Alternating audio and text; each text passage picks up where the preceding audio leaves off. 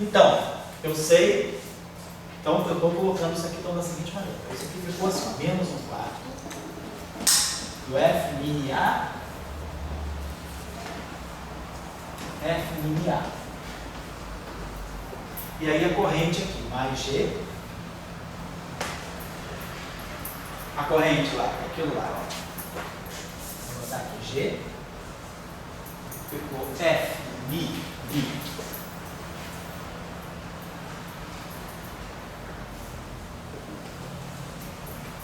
F mini B.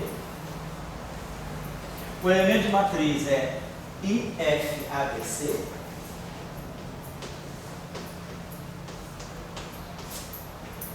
E o AIC. Vezes, vezes, né? IC, então isso é a corrente, vezes o A e A. Então está aqui a autointeração. Aqui tem o A, e aqui tem A, aqui tem A. Aqui só uma questãozinha só de detalhe. Eu tinha um I aqui. Para definir essa corrente de uma forma real, não vamos jogar o I fora, vamos jogar só o ômega fora. Mantém o I aqui. Por quê? Porque se esses geradores são puramente imaginários, esse I aqui é crucial para manter essa corrente real e não ter esse problema aqui. Então, como essa aqui tem um puramente imaginário aqui, que é o G, vamos manter aquele I aqui. Então, I, eu tenho que vem da corrente. Então, a corrente ela vai ser definida com esse I para eu poder garantir que eu tenho uma corrente real. Estou definindo, tá? Para ser real. Então, aquele I, com esse menos I que veio do elemento de matriz do GABC, vai ficar 1. Então, vamos colocar isso aqui. Isso aqui ficou FABC. Então, isso aqui é a corrente e isso aqui é o campo. Então, agora eu tenho uma autointeração. Assim, são aqui, mini, ABC, ABC. Então, deixa eu só retomar isso aqui lá. Limpar um pouco esse quadro e eu já vou dar um intervalo em 5 minutos. Então, nós estamos na seguinte situação. Nós conseguimos construir um novo hamiltoniano, um novo lagrangiano, que tem a parte livre que eu tinha antes, com a simetria global, e agora ganhou uma parte de autointeração. Então, mais, né? Mais G. A constante de estrutura do grupo, FABC.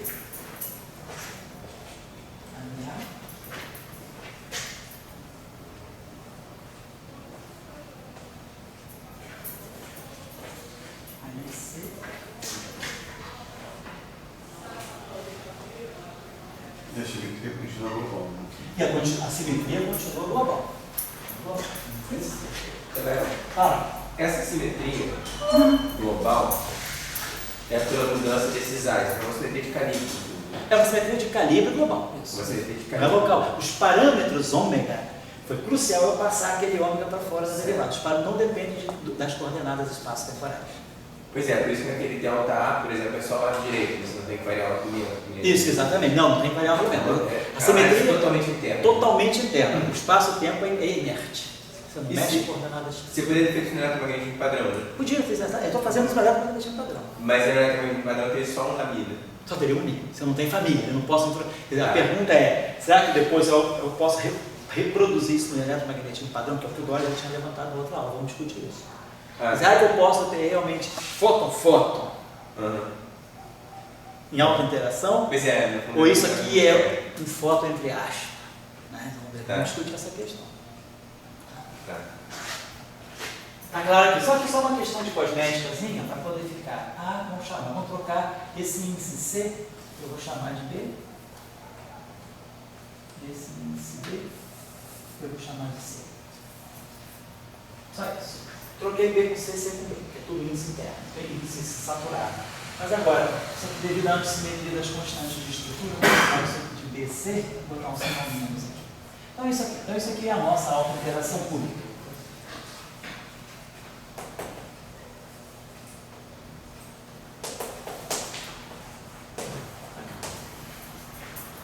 Ok, então, todo esse lagrangiano eu respeito essa simetria. Então, aqui eu tenho.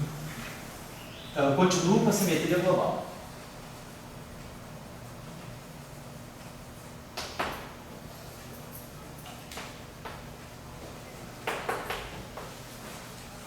Continuamos com a simetria global. Então lá, eu tinha dado para vocês quais eram elas, né? Delta.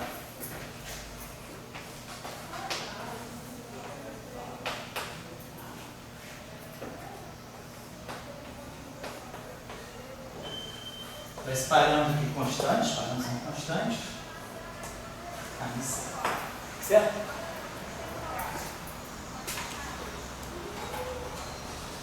E aí, quem quiser checar, né, vai estar tudo aqui.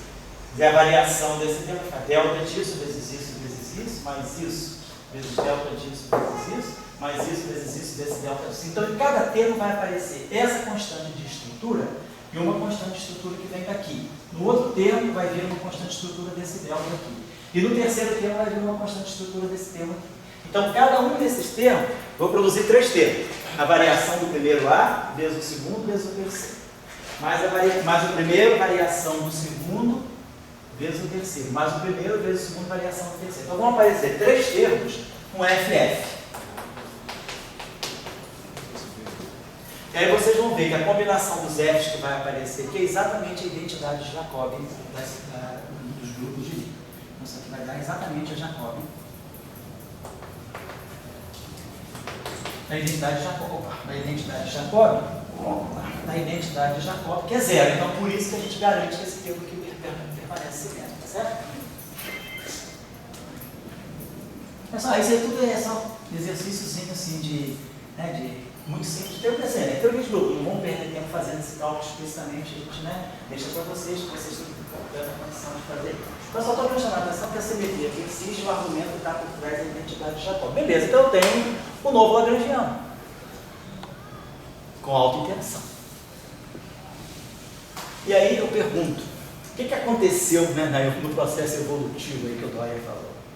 Quando eu joguei essa autointeração, apareceu um novo termo. Só que esse novo termo depende da derivada. Então, se eu tenho uma simetria global, eu tenho, pelo teorema de Needler, uma corrente conservada. Só que a corrente conservada agora, ela recebeu uma contribuição nova. Porque esse termo aqui depende da derivada do campo. Qual é a estrutura da corrente de Needler? A estrutura da corrente de Needler é sempre essa aqui. dl, dφ, delta φ. Então, antes, quando eu tirei a corrente de Needler, eu tirei a corrente de Needler aqui. Então, meu dl, ddφ só saía daqui. Mas agora que eu introduzi a autointeração e a simetria foi mantida, a minha corrente de Needler foi alterada, porque esse termo novo de autointeração única, ele depende do F. Se ele depende do F, isso aqui é não trivial. Então, eu tenho que rever a minha corrente. Então, agora eu vou ter uma corrente já numa segunda instância. Eu vou ter uma nova corrente conservada que vai carregar esse parâmetro G, ela vai saber da autointeração. Antes era a corrente que vinha apenas do setor livre. Então, o que a gente vai fazer agora como exercício? Né? Vamos rederivar. Se eu tenho uma simetria, tem um lagrangiano evoluído, ampliado, tem uma simetria global, então significa que eu tenho. E essa simetria global, esse termo novo que apareceu, depende da derivada do campo, então a corrente foi alterada. Então, o que eu vou ter agora é uma nova corrente de Needler. Vamos colocar aqui uma corrente J-Ni. Então, a estrutura dela vai ser dl, d, a estrutura dela é a mesma. ddI φ, só que nesse caso o φ é o ani A, vou colocar assim. E aqui delta ani A. Isso aqui é a estrutura da corrente. Só que agora, antes, né, esse termo aqui me dava só o F. Antes, quando eu fazia esse cálculo aqui, isso aqui me dava aquele F. Tinha um sinal aqui que eu não estou colocando, né? Me dava um F e A. Era isso aqui. E aqui eu colocava o delta A que me gerava, né, exatamente a corrente. Só que agora vai aparecer um termo novo aqui. Quando eu derivar isso aqui em relação a dni, ani, esse cara aqui vai dar uma contribuição. Vai me dar aqueles erros, né? Quer dizer, derivadas de dentro de dentro. Vamos chamar também de novo, para não fazer confusão. Vamos chamar isso aqui de gata, isso aqui de lambda, isso aqui de lambda. Essa corrente aqui de JK. Então, quando eu derivar aquele termo lá, que é G, FABC. AMI-A. AMI-C. Eu vou derivar F mini C. Professor, Você pode falar. o AMI é C, cadê? Onde? O AMI? O AMI. Ah, é C. Obrigado. Tá certo. Corrija quem está copiando. Ó. Obrigado. Então aqui a lambda. Vamos ter que fazer. Oi? Aqui também, né? Aqui, né? Obrigado. Tá certinho agora, né? Beleza. Então, quando eu fizer essa derivada agora, aquele termo aqui vai me jogar fora o que zero. Aqui vai me produzir o delta de AC.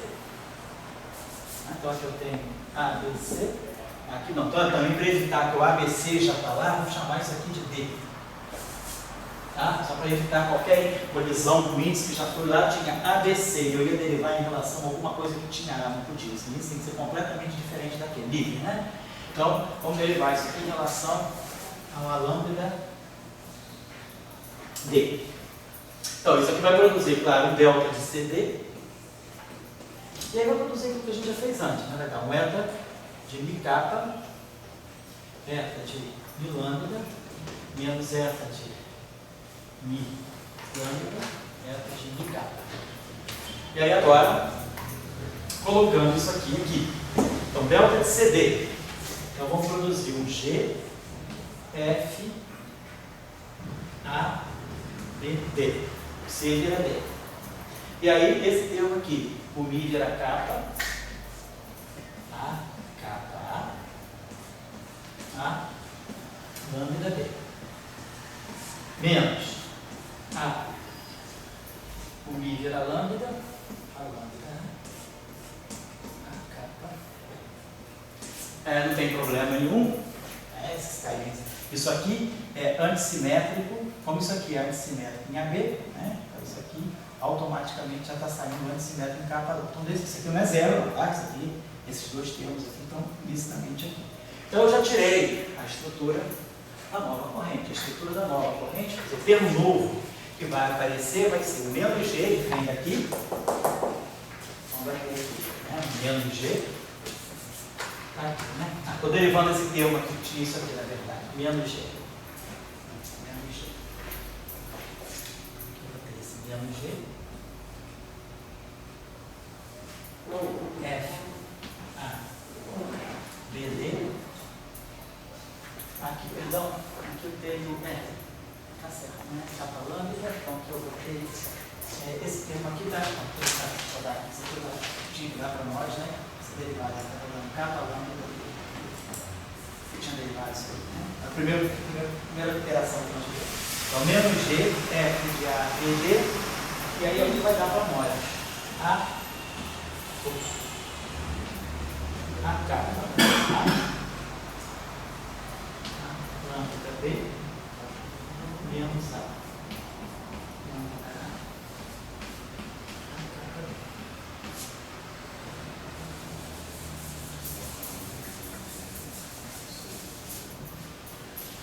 Opa! Então, nós ganhamos uma contribuição nova, quer dizer, a nossa nova, aqui nós temos a mesma coisa, nós sabemos que tem esse carinha aqui, né? Então, esse cara aqui carrega a mi, né? Ômega, isso aqui tem, aqui tem A, B, E, A, B, D, vou chamar, como não tem mais C, posso chamar isso aqui de ômega GC, BE, lambda E. Tá? Então, estou colocando agora esse carinha aqui. Tá? Então, ao colocar isso aqui, isso aqui é só essa parte da corrente. Quando eu multiplicar por isso, eu vou gerar aquela parte antiga que era F vezes A e vou gerar uma parte nova agora que tem A, é cúbica em A. Então, nessa segunda iteração,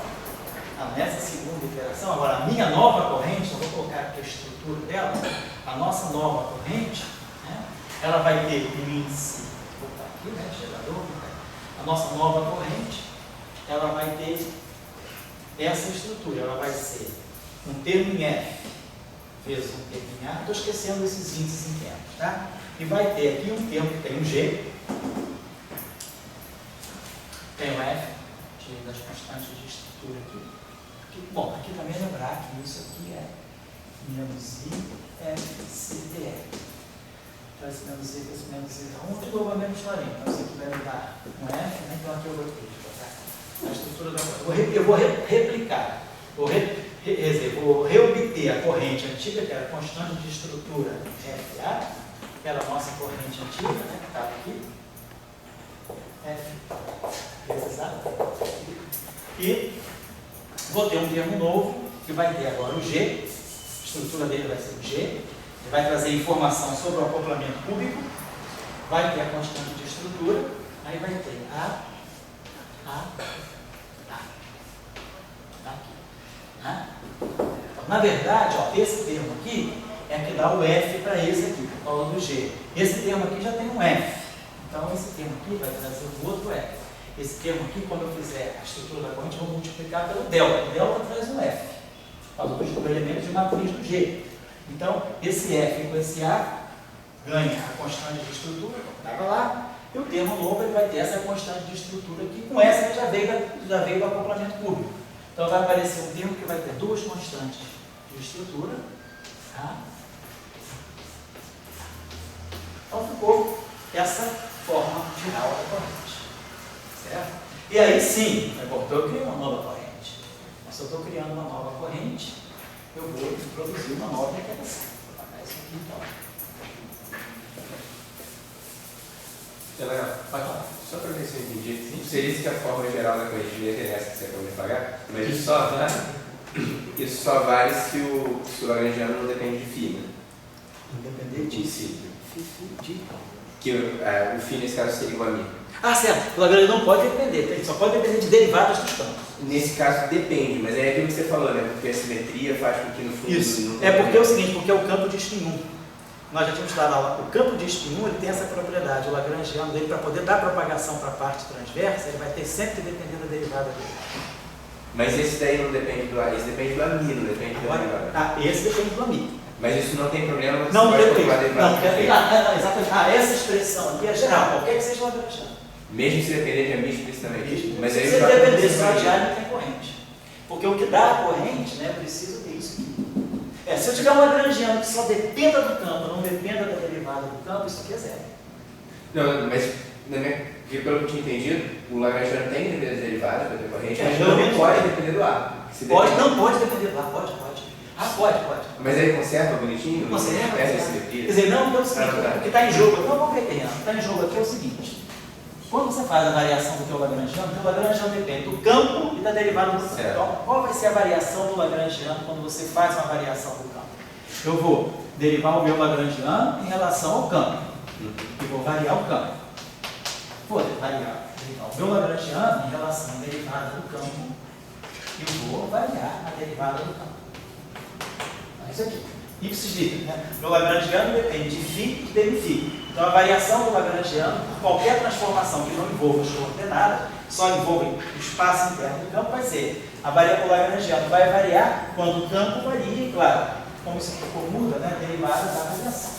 Então isso aqui é geral. Então, o meu lagrangiano depende de φ e depende da derivada de φ. Agora, o argumento que está em jogo aqui é se eu uso as equações de Euler-Lagrange. Pelas equações de Euler-Lagrange, eu consigo retirar essa derivada aqui e transformar ela em dmi, dl, dmφ, pelas equações de Euler-Lagrange. Então, esse termo aqui tem essa derivada atuando nisso vezes isso. E esse termo aqui é o anterior mais a derivada disso. Então, esses dois termos se juntam. Isso que você está vendo ali.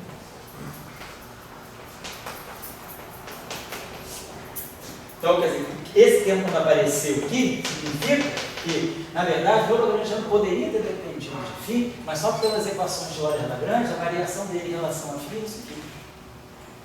Então, não está excluído que o meu lagrangiano só tem que depender, não está dito que o lagrangiano só depende da derivada do campo, pode depender do campo sem derivada também. Só que a variação do lagrangiano em relação ao campo sem derivada, pelas equações de Euler-Lagrange, é a certo? Mas se você juntar os dois dá zero, né?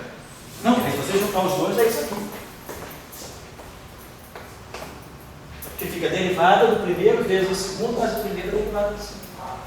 Lá a regra de Leibniz direitinho. E pelas equações de ordem grande, você tem isso, ó. dmi, dl, ddmi φ, menos dl dφ. Tá certo? Então, esse dl dφ que está aqui é exatamente mais isso. Então, fica a derivada disso que está aqui vezes o delta φ.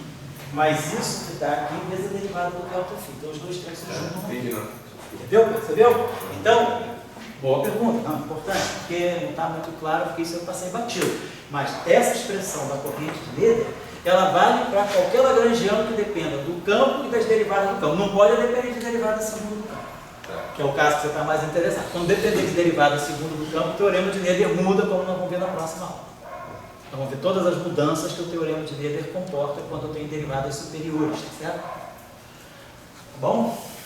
Então, parar por aqui. Nós chegamos a essa estrutura. Então, voltando só para finalizar, nós ganhamos um novo lagrangiano. E ele nos deu uma nova corrente. E aí eu vou pensar, se eu tenho uma nova corrente, eu agora tenho então uma corrente ampliada, levando em conta, essa corrente leva em conta a interação cúbica dos campos.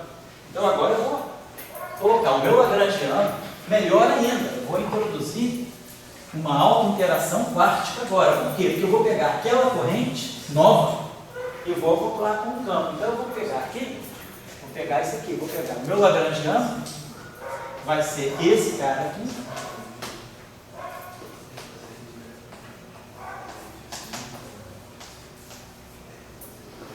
E vou pegar a parte cúbica, essa aqui que eu vou pegar, a parte cúbica, que é isso aqui, e essa parte aqui. Então eu vou pegar agora, vou acrescentar aqui o meu J, Mi, tá? A Mi A. Perfeito, fazer a mesma coisa. Só que essa corrente que vai estar aqui, já não vai ser simplesmente essa corrente que eu tinha, GFAF. Eu vou colocar apenas esse A depois. Não, eu vou pegar a corrente nova, que leva em conta a interação cúbica. Então a corrente que eu vou colocar aqui vai ser essa corrente. Então ela vai reproduzir o termo anterior através desse termo aqui. Mas ela vai gerar um termo novo, que vai ser esse aqui. É claro, uma questão de fidelidade. Pelos inventivos e situações do animal de três perninhas para quatro perninhas. Isso, já estou a cadeira está evoluindo então, né? Está saindo de 3 pernas para 4. Então o cara está andando de trás para frente, tinha 2 pernas, Qual animal que passou para 3, né? Que tipo de animal tem três pernas? Então, algum animal de 3 pernas? Bom, você conhece o famoso tripé. O tripé é um bicho de animal. Então, com 3 pernas assim. É uma do ar não, né? Então, uma do ar. Vai crescendo, criando 2 para as 4, né? Eu acho que não tem. Eu acho que não tem nenhum objeto, nenhum animal de SO3, né? Tem algum triplete de SO3 na fauna, aí sei lá. Não sei, mas é isso. A gente começou com 2 pernas, passou para 3 e agora tem 4. Então a gente está voltando. Então é involução. Então tá legal. Então nós vamos colocar aqui, só para finalizar, aqui só uma questão de princípio assim, de fidelidade. Nós estamos dizendo que a constante de acoplamento que liga o campo com a corrente é G. Então, eu vou manter o meu campo com a corrente, vou continuar colocando G. Só que essa corrente que está aqui, vamos colocar aqui, é a corrente linha. Vamos colocar essa corrente linha aqui. É a corrente que foi corrigida com a auto-interação cúbica. Então, essa corrente linha, ela está dizendo que é a auto-interação cúbica. Então, se eu desmembrar essa corrente aqui, ela vai ter aqueles 2 termos lá. Então, ela vai ter um termo em G, F, constante de estrutura, está lá, FA, e esse A aqui. Estou colocando só a esquemática aqui, vou abrir o índices. E depois, aquele outro termo que está lá, ele vai reproduzir um G2, aí vão ter 2 constantes de estrutura, aqueles 3 campos que estão lá, que vêm da corrente, e esse campo, então eu posso até colocar assim, para ficar mais nítido, né? E esse A aqui. Então eu tenho termo cúbico e termo quártico. Veja a simetria. Então vamos lá. Todo mundo sabe variar em relação a. Então eu sei. Vou fazer de novo o mesmo exercício. Qual é a variação? Não precisa nem fazer. Teoria de grupo já diz pra gente. Isso aqui está na representação de junto. Isso aqui está na representação de junto. Então isso aqui automaticamente é um simplete do grupo de G. Então isso aqui é automaticamente invariável. Para quem quiser se certificar, vai lá, vai levar a variação disso, variação disso, variação disso. Aqui faz 4 variações, mostra que isso aqui é invariante. Beleza, é invariante? É. Segundo, eu introduzi o novo Lagrangiano, o último Lagrangiano que eu obtive, ele não tem mais derivada nova em relação ao campo. Parou aqui. Então, se eu for agora, depois que eu constatei que tem a simetria, derivar em relação à derivada do campo, isso aqui não vai me dar contribuição nenhuma. Eu não ganho contribuição nova para a corrente. Então, o processo para aqui. Eu gerei a autointeração maior possível, porque se eu agora, o último termo que eu incluí, ele não modifica a corrente, porque ele não tem derivada do campo. Então, parei aqui. Então, esse seria, inclusive, vamos parar aqui também nós, seria o Lagrangiano mais geral com autointeração, usando esse procedimento de Leibniz, que é recursivamente introduzindo a autointeração. Mas o método para sozinho, porque a última autointeração que eu introduzi, ela já não traz mais derivada nenhuma. Então, se eu for derivar tudo isso aqui agora em relação à derivada do campo, eu paro aqui. Eu obtenho aquela mesma corrente, aquela corrente não modificou. Então, não precisa de. Então, eu parei, percebeu que eu parei. Agora, eu vou ver as consequências. O que eu tenho na mão agora? Nós temos muito mais coisa na mão do que a gente imaginar. Então, vamos ver por que esse processo aí é interessante. Tá? São 15 para 5, então a gente retoma em 5 horas. Tá legal?